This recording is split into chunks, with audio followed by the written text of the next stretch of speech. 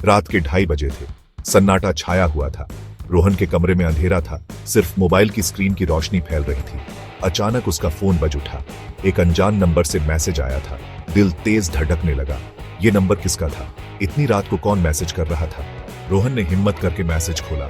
Message में लिखा था, क्या तुम मुझे देख सकते हो? डर से उसके हाथ कांपने लगे। उसने फोन एक तरफ रख दिया। उसे लगा जैसे कोई उसे देख रहा है। कमरे का माहौल भारी हो गया था। रोहन ने खुद को समझाया कि यह किसी की शरारत होगी। उसने फोन फिर उठाया, नंबर पर कॉल करने की कोशिश की, लेकिन हर बार नेटवर्क बिजी बता रहा था। फोन की घंटी फिर बजी। इस बार वीडियो कॉल आ रही थी, उसी अनजान नंबर से।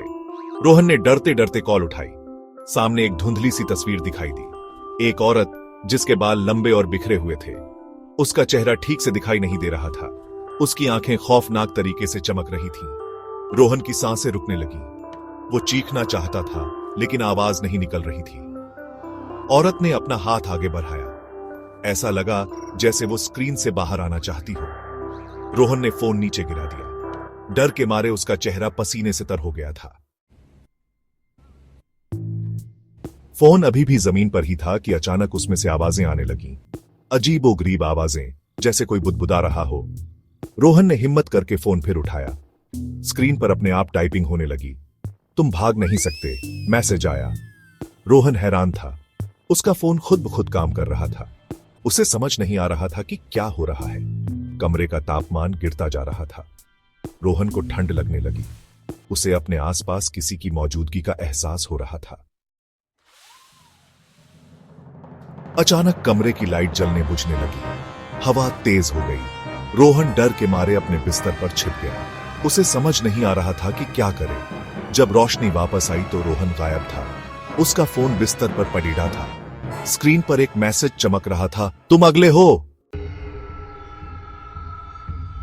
सुबह रोहन के माता पिता ने देखा कि वो अपने कमरे में नहीं है। उन्होंने उसे हर जगह ढूंढा, लेकिन उसका कोई पता नहीं चला। उसका फोन भी गायब था। दोपहर को रोहन के दोस्त अमित और नेहा उसके घर पहुंचे।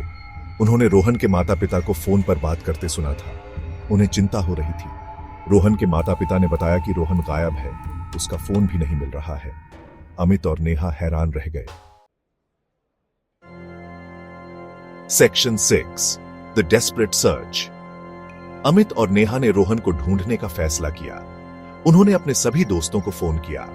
उन्होंने सोशल मीडिया पर भी रोहन की गुमशुदगी की जानकारी शेयर की, लेकिन रोहन का कहीं कोई पता नहीं चला।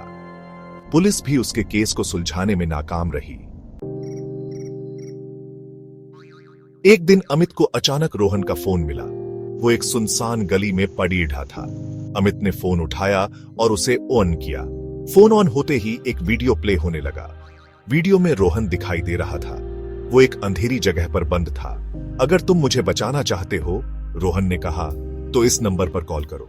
स्क्रीन पर एक नंबर फ्लैश हुआ। अमित ने तुरंत उस नंबर पर कॉल की, लेकिन हर बार नेटवर्क बिजी बता रहा था। उसने नेहा को फोन करके पूरी बात बताई। अचानक फोन बज उठा। वही अनजान नंबर था।